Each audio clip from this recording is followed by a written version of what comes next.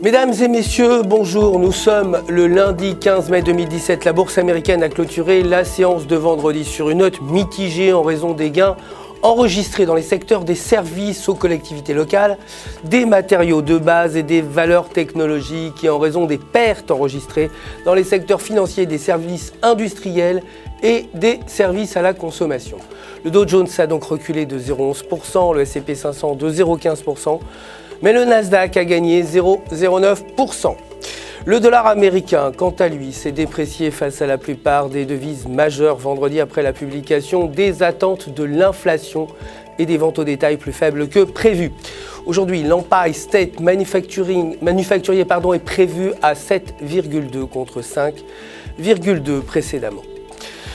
Concernant les matières premières, l'or s'est légèrement apprécié, clôturant à 1228$ et le pétrole brut a également progressé, clôturant à 47,90$ le baril.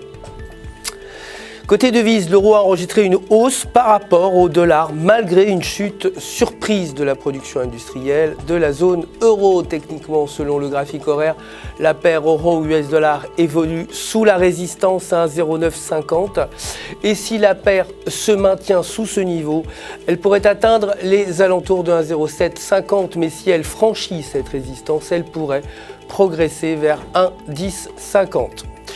La livre sterling, quant à elle, s'est dépréciée face au billet vert à 1,2881. Techniquement, sur le graphique de 4 heures, la paire évolue dans un canal à une résistance à 1,2985 et une ligne de support à 1,2850.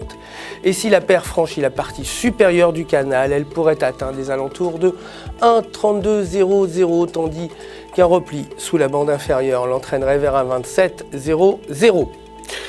Enfin, le dollar canadien a baissé contre le billet vert vendredi, malgré des données américaines décevantes techniquement selon le graphique de 4 heures.